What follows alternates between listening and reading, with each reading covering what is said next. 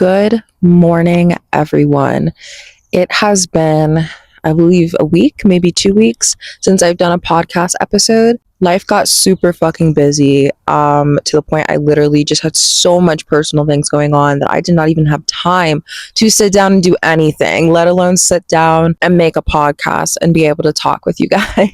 But I have missed you all so incredibly much. I have been thinking about what my next episode was going to be. Today we're going to talk about something that is like super personal to me, as in like in the aspect of something that I've dealt with a lot, that I've seen a lot of people do to other people, that I've heard my friends talk about doing, and things that I've seen people that I've cut off do to me. But I want you guys to comment down below how you guys have been in the last 2 weeks, if you guys have learned any new lessons or taken anything from any of the past podcast episodes into your life. I would love to hear about it. Genuinely, I do read my comments, so totally comment it down below because I would love to read what you guys have gotten from me so far. I wanted to talk about an issue that is super modern, and it has such a pro and such a con to itself that it cannot really, I feel like, be put in a group category of that's good or that's bad, but it 100% is something that splits that half and half and can really affect people in like a bad way versus like a good way as well. But without further ado, if you are new here, welcome to the club of for learning and for healing. I am your host, the Real Mel B, and this is the Thought Daughter podcast. The wonderful topic at hand today is going to be therapy speak. Therapy speak, I feel like modern day mental health, is such a blessing that we have become so aware of it. I think it is such a good thing that we now know how to talk about the feelings. We know how to name the feelings. I know in a previous podcast we talked about naming the feelings, but our generation does not know what to do after we've named the feelings. We don't know how to process those emotions. We're solely going to be talking about the aspect of being able to put those feelings, put the issues into proper therapy words. And I'm so genuinely happy that that is something that my generation has really put to the forefront, that we should talk about mental health. We should know how to talk about mental health. We should know how to properly address boundaries and things like that. But with that being said, something that I have noticed is that therapy speak has become extremely weaponized. When you put something like mental health and therapy talk to the forefront of social media in our society, that also means that all of the very abusive and narcissistic people are also hearing what therapy speak is. And that's not to completely demonize therapy speak. I mean, we're going to have good things that come to the forefront, and bad people are going to get their hands on it regardless. But I just want to specifically talk about what it looks like when somebody toxic is weaponizing therapy talk. I have had experience after experience of people using abusive people getting to know what therapy speak is, and then using it against people who use therapy speak as a way to express themselves, as a way to get a problem across. In my experience, I've had relationships, romantically and familial relationships, and even friendships where weaponized therapy speak was used against me. People, will abuse the aspect of, oh, I'm going to set a boundary, or you're not respecting this, right? But it's in a way to weaponize you. It's in a way to abuse your feelings and different things like that. A really good example was I used to have a friend who was like a best friend to me, and she was number one at weaponizing mental health and therapy speak to everybody around her, right? She would constantly say that by people not just giving her what she wants, that they are being toxic, that they're being abusive. She would weaponize her certain ideation. I don't want to get banned on YouTube. And she would weaponize that to people. If they didn't do what she wanted, it was, oh, I'm going to myself. She would also speak as if she would know so much about properly, taking care of mental health, properly addressing it, but then would turn around and do the most toxic things. I've had multiple relationships where my partners would learn about certain therapy speak and they would use that against me. You know, if I'm not complying to their narcissistic abusive needs, all of a sudden I'm not respecting their feelings. I'm disrespecting boundaries, this, that, and the third. You know, people will weaponize it. And I think it's insane. Like, we have created a safe environment for people to talk about the things that they need to talk about because not everybody can afford therapy. I know nowadays there's a lot more resources to help you get affordable or free therapy than there were when I was growing up. So, like, back when I was growing up, it was kind of more of a valid reason to not go to therapy because like you couldn't afford it or there weren't like a lot of avenues. Nowadays there's so many avenues even for people who can't afford therapy for you to still get some sort of help. Don't get me wrong, there's still so much work we need to do to make other certain things with mental health still very affordable, but now there's definitely more options than when there were when I was growing up. And that's because we put mental health to the forefront.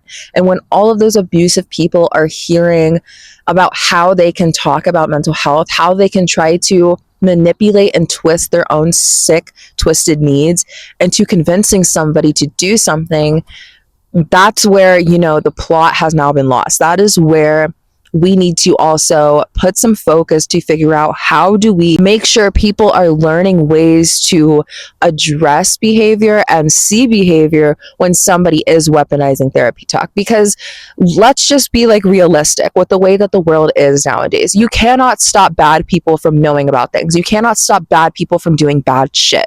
People always want to argue the what if the bad people do this? But what if the bad people take advantage of that? News fucking flash. We don't live in a world of puppies and rainbows and flowers all the time. There are bad people.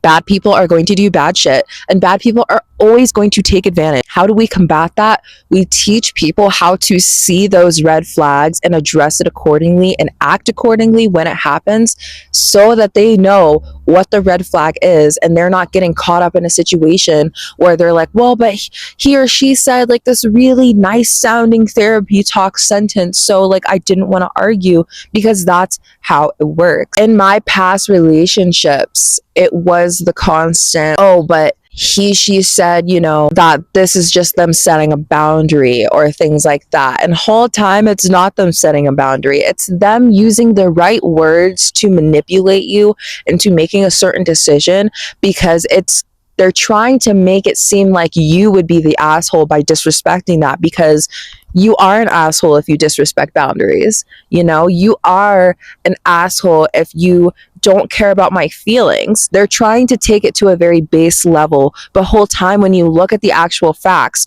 you're saying I'm an asshole for disrespecting your boundaries, but your boundaries are withholding me. Your boundaries are abusing me. Your boundaries are trying to manipulate me into thinking a certain way or saying something in a certain way to appease you and deny myself. Different things like that. And it's always within the delivery. You can tell when somebody's trying to be manipulative with the way that they do therapy talk. If somebody is trying to belittle your feelings in order to put theirs up, that is weaponizing therapy talk. If somebody only gives a fuck about using those special therapy words when it comes time to make sure that you're the one in the wrong or make sure that you are the one that can't get their feelings across and respected, that is weaponizing that therapy talk. And I remember I was talking to a friend a few months ago, actually like a few years ago, when a lot of the therapy talks started becoming like to the forefront of our society. And I remember saying narcissists are also learning how they can now talk to people